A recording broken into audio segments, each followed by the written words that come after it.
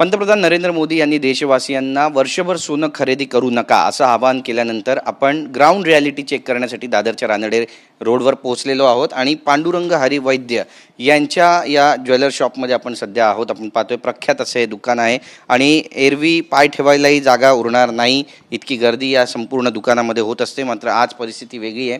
अगदी बोटावर मोजण्या इतकेच ग्राहक या ठिकाणी पोहोचलेले आहेत आणि आपल्यासोबत पांडुरंग हरी वैद्य आहेत. मुंबई सराफा असोसिएशनचे ते अध्यक्षसुद्धा आहेत. एक नाव आहे. आपण त्यांच्याशी बातचीत करणार आहोत. सर, अशी परिस्थिती कधी पाहिली होती का? पंतप्रधान नरेंद्र मोदींनी जे आवाहन केलं आहे, मग ज्वेलर्सचं काय होणार हा सुद्धा मोठा प्रश्न आहे. नमस्कार.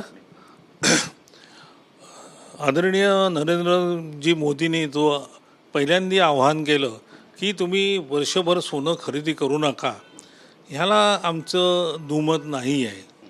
परंतु अचानक दुसऱ्या दिवशी एकदम 9% 10% ड्युटी वाढवली, त्यामुळे सोन्याच्या भावामध्ये प्रचंड वाढ झाली आणि ही वाढ जी एका दिवसात झालेली 10,000 रुपयांनी फरक पडल्यामुळे धंद्यावर बऱ्यापैकी मोठा परिणाम होईल. त्यामुळे आम्हाला भीती वाटते की हा व्यवसाय आम्ही कसा करायचा, हा प्रश्न आम्हाला निर्माण झालेला आहे. तर दुसरं म्हणजे भाव वाढल्यानंतर सोन्याच्या मजुरी पण परिणाम होतो. सोन्याची मजुरी पण वाढतात आणि त्या गिरायकाला आत्ताच पहिल्यांदा 1,60,000 रुपये भाव होता, तोच परवडत नव्हता. तो एकदम वाढल्यामुळे मजुऱ्या पण आमच्या एकदम वाढल्या आणि त्यामुळे गिरायकाला ते परवडणार नाही आणि धंदा फार मोठ्या प्रमाणात त्याचा धंद्यावर मोठा परिणाम होईल असं मला वाटतं. तुम्ही काय सुचवू इच्छिता किंवा सरकारला काय सांगू इच्छिता या सगळ्या परिस्थितीबाबत? आम्हाला असं वाटतं गव्हर्नमेंटनी ड्युटी वाढवू नये करणं आणि प्रत्येकाला मुभा असावी. त्यांनी किती सोनं करायचं, 1 वर्षात करावं की न करावं ह्याबद्दल मी काय सांगू शकत नाही. हा त्यांचा वैयक्तिक प्रश्न असतो. परंतु तुम्ही ड्युटी वाढवू नका. ड्युटी वाढवल्यानंतर जो भाव वाढलेला आहे त्याचा परिणाम मोठ्या प्रमाणात सुवर्णावर होणार आहे. त्यामुळे ह्याच्या ज्या निरनिराळ्या इंडस्ट्रीज अवलंबून आहेत त्याचा परिणाम होणार आहे. म्हणजे समजा बॉक्सवाले आहेत, नंतर सोनं घडवणारे जे कारागीर आहेत त्यांच्यावर होणार आहे. असे हजारो म्हणजे लाखो कारागीर आहेत, त्यांची जी उपासमारीचा प्रश्न निर्माण होईल असं मला वाटतं. नक्कीच. पण तुमच्याकडे काही प्लान बी आहे का मग अशा? प्लान बी असा काही करू शकत नाही. आजच्या घडीला काहीच करू शकत नाही. एक तर युद्धजन्य परिस्थितीमुळे भाव वाढले म्हणून आमच्या धंद्यावर मोठा परिणाम झाला. आता परत नरेंद्रजी मोदींनी हा जो मोठा दणका दिला आहे त्यामुळे पण आम्हाला फार मोठं नुकसान सहन करायला लागणार आहे असं वाटतं.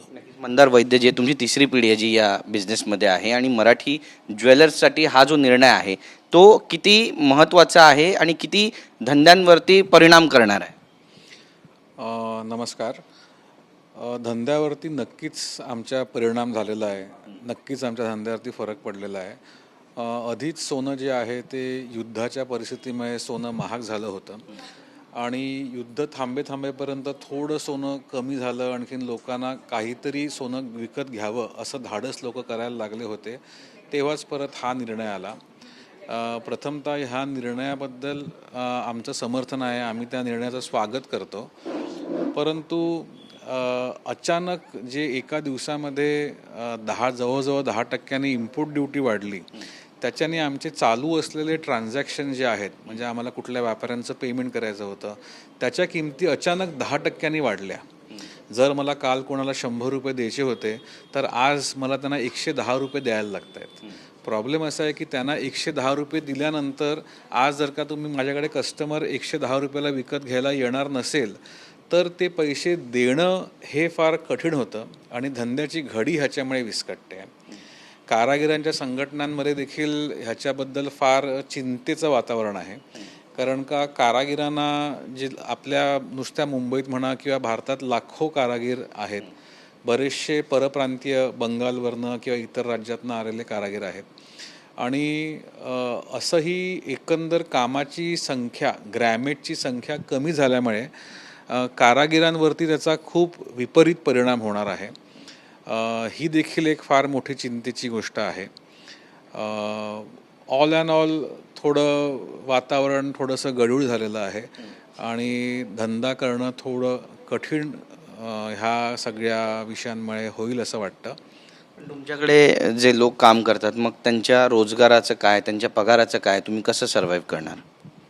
नाही, आता जे लोक आहेत त्यांना आम्हाला पगार देणंच आहे. मग त्याच्यातनं कुठल्याही व्यापाऱ्याची सुटका नाही किंवा कुठलाही व्यापारी जो आहे तो काम करणाऱ्या माणसाकडे पाहताना असं कधी त्यांनी काम केलं म्हणून त्याला पैसे देऊ अशी भावना नसते. अनेक वर्ष आम्ही एकत्र काम करतो. बरेचसे आमचे जी माणसं आहेत ती आमच्या कुटुंबाचा एक एक्सटेंडेड भागच होतात. त्याच्यामुळे जर आमच्यावरती वेळ वाईट आली तर आम्ही त्यांना पगार देणार नाही किंवा त्यांना काढून टाकणार अशा गोष्टी सहसा होत नाहीत. डिमांड सप्लायचा रेशो जो आहे तो बिघडतोय कुठेतरी आणि त्यामुळे बरेचसे ग्राहक आहेत ज्यांना बिस्किटमध्ये गोल्ड घ्यायचं आहे असं पण समजतंय. त्यामुळे तो देखील तुम्हाला एक मोठा सेटबॅक आहे. हो, दागिने आम्हाचा कल जो आहे हा दागिने विकण्याकडेच आहे. जर दागिने विकली तरच आम्हाला मजुरी मिळणार आहे आणि आमचं जो काही फायदा आहे किंवा जे काही उत्पन्नाचं साधन आहे ते मजुरीच आहे. सोन्याच्या विक्रीतनं फार काय मिळत नाही. आता इनफॅक्ट एक थोडीशी अजून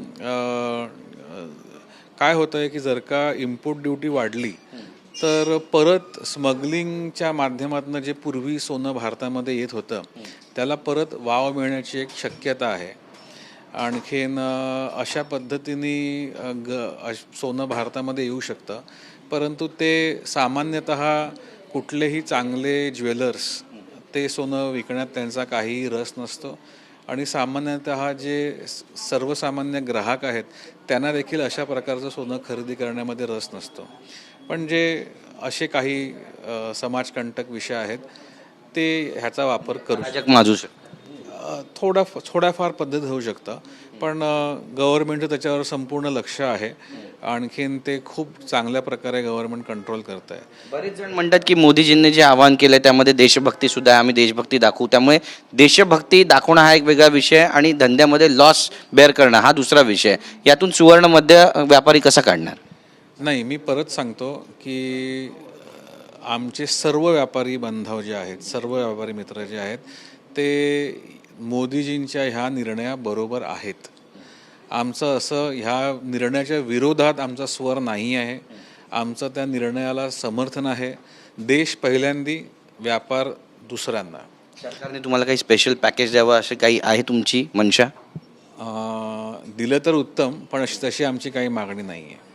धन्यवाद आमची बातचीत केल्याबद्दल. काही ग्राहक या ठिकाणी आहेत, आपण त्यांच्याशी सुद्धा त्यांची भावना जाणून घेणार आहोत आणि अगदी उत्तमरित्या त्यांनी माहिती दिलेली आहे काय नेमकं सुरू आहे मार्केटमध्ये. आणि काही ग्राहक आहेत, आपण त्यांच्याशी बोलणार आहोत. काय नाव तुमचं? माझं दत्तात्रय. काय विकत घ्यायसाठी आलं? हार पाहतात? आम्ही सोनं खरेदी करायला आलो आहे. तर घरात लग्न आहे आणि सोन्याचा भाव प्रचंड वाढत चालला आहे. त्यामुळे जिथे आम्हाला 50 ग्रॅम घ्यावं तिथे आम्हाला 20 ग्रॅमवरच भागवावं लागतं. त्यामुळे सोन्याचा भाव भरपूर सतत वाढत चालला आहे. नक्कीच. पण खिशाला परवडणार आहे का? मोदी म्हणतात वर्षभर घेऊ नका, तरी तुम्ही सोनं घेताय. सोनं घेत आहे, सोनं घ्यावंच लागणार ना. लग्न म्हटल्या सोनं घ्यावंच लागतं ना. त्यासाठी आम्ही इथे आलो आहे. नक्कीच. पण आता सोनं घ्यायचा इरादा झालाय तुमचा? हो, झालं आहे. घ्यावंच लागणार ना. इरादा झाला आहे. आधी किती घ्यायचा आणि आता किती घ्यायचा? आम्ही 50 ग्रॅम घ्यायचो, आता आम्हाला 20 ग्रॅमवरच भागवावं लागतं. काय कारण काय सोनं विकत घेण्यामागचं? सोनं महाग झालं आहे ना, त्या गोष्टी पण त्यासाठी. काही सण वगैरे आहे घरी, काही कार्यक्रम? लग्न आहे घरी, त्यासाठी. नक्कीच. ताई, तुम्ही पण आहात या ठिकाणी, तुम्ही ट्रायल घेताय या हारची. फार सुंदर हार घातलाय तुम्ही, घेणार आहात? ह्या हाराची किंमत ॲक्च्युली खूप आहे. हा 75 ग्रामचा हार आहे. पण आता एवढं आत्ताच्या काळात घेणं म्हणजे फार कठीण होऊन बसलं आहे. जस्ट आपण आलो आहोत तर घालून बघितलं, एक हौस मनाची. पण आत्ताच्या ह्या सगळ्या काळात आपल्याला आता कमी वजनाचा घ्यावं लागतं, घरात लग्न असल्यामुळे. आधी किती घ्यायची इच्छा होती आणि आता किती तोळं घेणार? 50-60 ग्रॅमचा असा नेकलेस एक घ्यावा, बांगड्या घ्याव्या, असं सगळं चालू होतं. पण आता 2-2.5 तोळ्यापर्यंत नेकलेस बघतोय आणि बँगल्स बघतोय 3 तोळ्यापर्यंत. म्हणतायत की वर्षभर सोनं खरेदी करू नका, युद्धजन्य परिस्थिती आहे, तरी पण महिला सोनं खरेदी करतायत. त्यांना काय म्हणाल किंवा तुम्ही का खरेदी करताय याचं काय उत्तर देणार? सोनं तर खरेदी केलंच पाहिजे, कारण ती आपली एक इन्व्हेस्टमेंट आहे. जसं ज्यांच्याकडे जेवढं म्हणजे आहेत पैसे, पेमेंट, ज्यांची जशी ऐपत आहे त्यांनी घेतलंच पाहिजे. त्यात काय हे नाही आहे. नाही घेणं ते त्यांनी त्यांच्या आपल्या सगळ्याच्या दृष्टीने एक विचार केला सगळ्या भारताच्या आणि सगळ्या ह्याच्या. बजेट आउट ऑफ बजेट जात आहे सोनं खरेदी करणं. मग आपण त्याचं कमी करायचं, आपण वेट कमी घ्यायचं, वजन कमी घ्यायचं. आपली इच्छा आहे आता, हे पण मी जास्त हेवीचंच घातलं, पण तेवढं तर आता घेता येणार नाही, म्हणून आता कमी वजनाचे बघते दागिने. ताई, तुम्ही काय म्हणाल? मोदींनी जे सांगितलंय, दागिने घेणं टाळाल वर्षभर, की इन्व्हेस्टमेंट म्हणून दागिने घ्याल, किंवा मग लग्न सराई आहे किंवा काय?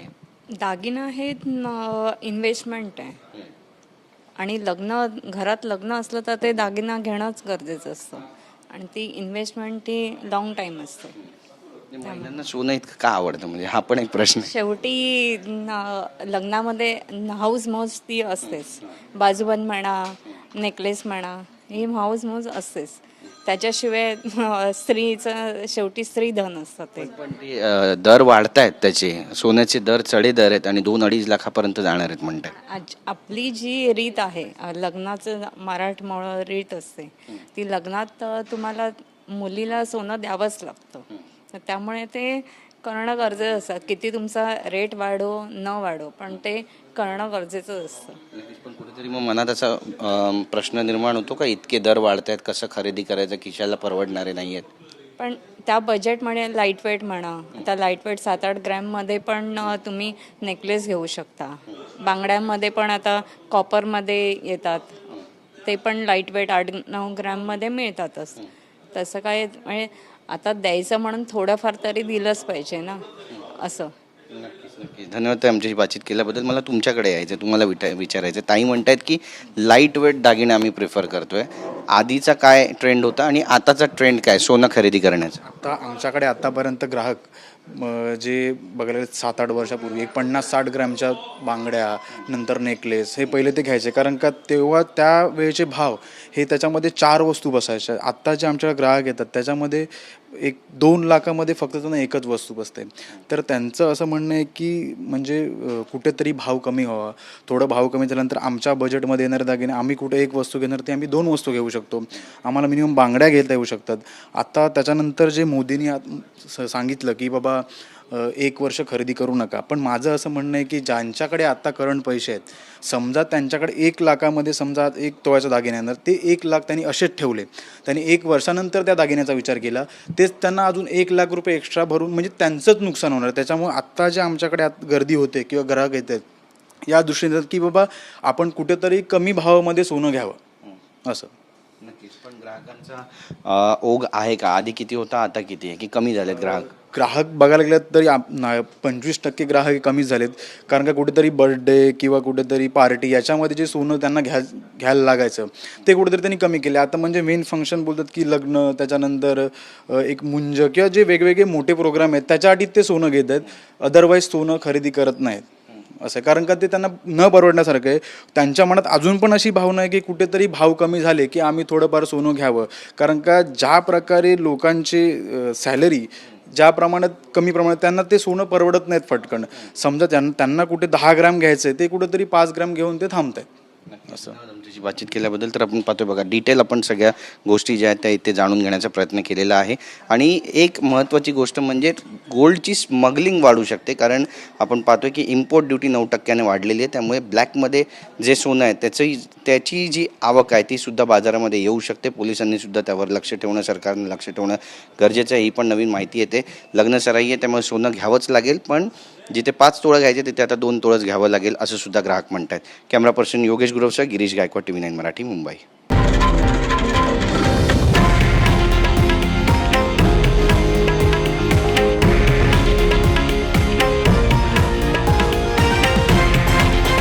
हे आहे देशातील नंबर 1 न्यूज नेटवर्क आणि आपण पाहत आहात TV9 मराठी, एकमेव.